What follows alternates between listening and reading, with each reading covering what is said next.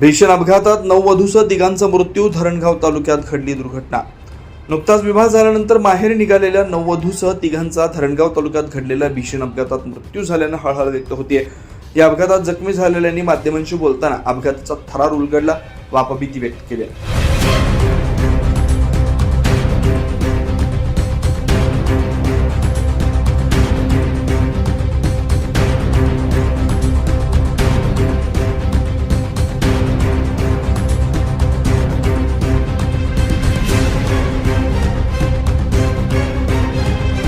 पहिले वापीला गेले इकडनं 9 जण आम्ही नवरीला आणायला तिकडून वापीहून.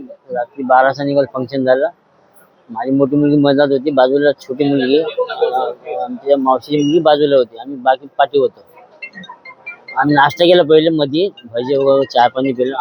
झोपीत होता ड्रायव्हर पूर्ण. मी तर झोपा 2 तास त्याला झोपवलं.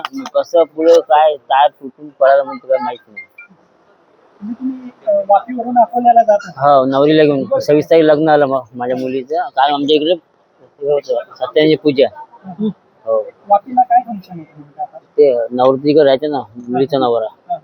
ते फंक्शन झालं, 26चं लग्न आलं. हो, रात्री 12चा निघालो आम्ही 9 जण. नाही, ड्रायव्हर मध्ये चाक तुटलं. मी बी खाली दबलो, कस तरी बाहेर आलो. मी ओढलो माणसं. हो, पाठीमाग बसलो होतो. मोठ्या बोरीला जास्त मार लागेल.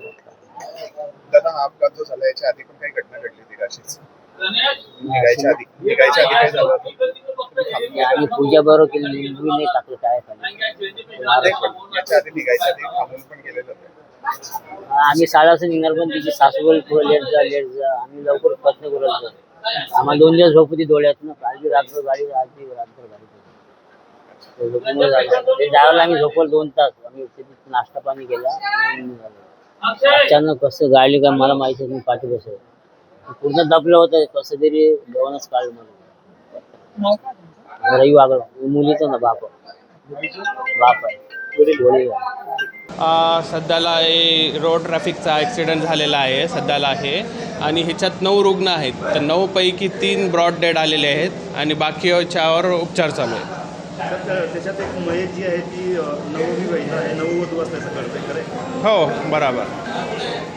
कुठलं वराड काही कळलं सर? ते हे अकोल्याचं आहे. हे इकडं अकोल्याहून येत होता ते. तर हे येता येता असं रस्त्यात अपघात झालेला आहे. आज सकाळी गुजरातहून अकोला जाण्याकरता एक लग्न लागून जात होतं आणि धरणगाव तालुका वराड येथे त्यांचा अपघात झाला. माझा मित्राचा अकोला मला एक कॉल आला करंशाहूनचा. त्यांनी मला सांगितलं की ॲक्सिडेंट झाला आहे माझ्या गावच्या लोकांचा. तर मी तर सिव्हिलला पोचलो. तर त्यांचं 3 जणांचे डेथ झालेले होते. तर त्याच्यामध्ये एक नवरी आहे आणि 2 जेंट्स आहे. सदर मंत्री किस्मत साहेबांच्या माध्यमातून आम्ही त्यांना मदत करत आहोत. जखमी किती आहे? तर 4 जखमी सर, एक छोटं बच्चं पण आहे. 24 लाईव्ह महाराष्ट्र न्यूज करता प्रतिनिधी पंकज तायडे, जळगाव.